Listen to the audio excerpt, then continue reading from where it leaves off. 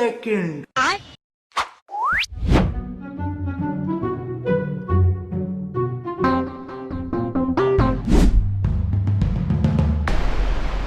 কিরে বন্ধু তুই 300 টাকা পাসো শালা ধীরে কথা কও। ক্ষমা করে দাও এ বন্ধু ও বলে 300 টাকা পাইছে চা দর্শি 8 টাকা ধরা দেবো না খেলা ছাড়িয়া দে।